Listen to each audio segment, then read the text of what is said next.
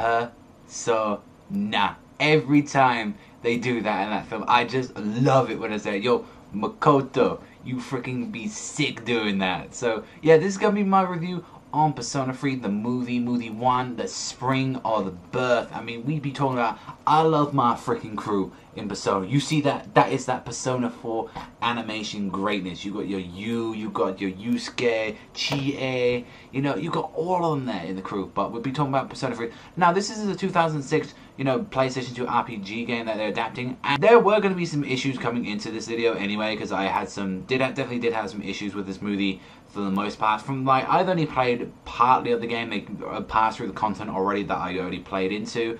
But from what we can see from the start, our main character, Makoto, is our main character. It's showing that he has arrived to be a new transfer student and finds out that he finds himself in the dark hour, which is where terrible creatures come preying in and wanders into people in this hidden hour that pretty much between, you know, one time and another. And it's like a secret school club known as the SES defends humanity from these horrors, and it is up to Makoto and his so-called friends to deal with this. And we see like throughout the whole definitely movie 1, we get to see gets meeting with the whole SES club, but we get to see Iori Junpei, sort of like the best friend. He's like very chill. And one thing I didn't like about this movie is that they pretty much just brush through a lot of stuff build up with him. It's just like, oh, this is Junpei, oh, he suddenly has powers, there we go. Also as well, we got Misuru, who pretty much didn't do too much in the movie, which was another thing. Like Akihiko is a fucking beast. You get Yukari. Yo, what's one thing that I love about the series is that I love all the characters and all that. And definitely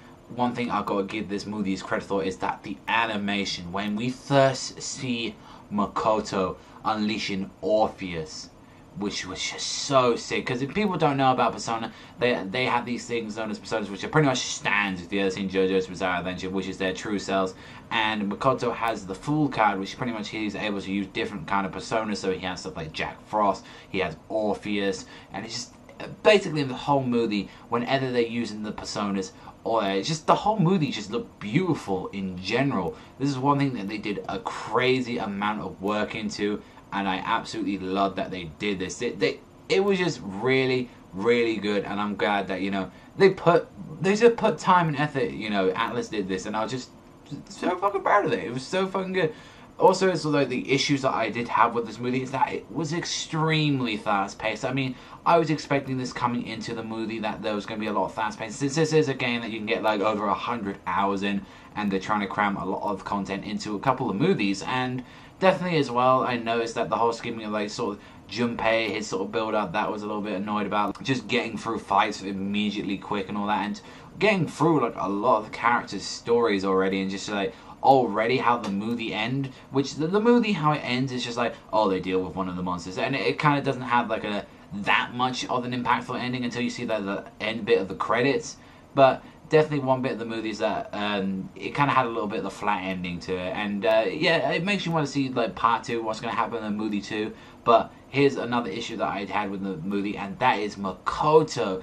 I know that this character is pretty much a silent protagonist, the same as, you know, it's pretty much the same as fucking Yu Narukami here, like from Persona 4. Makoto doesn't say jack and shit in this movie. He is very depressing, doesn't say anything, doesn't care. I mean, even at the start he's saying he doesn't care about people dying. He's not like scared of dying.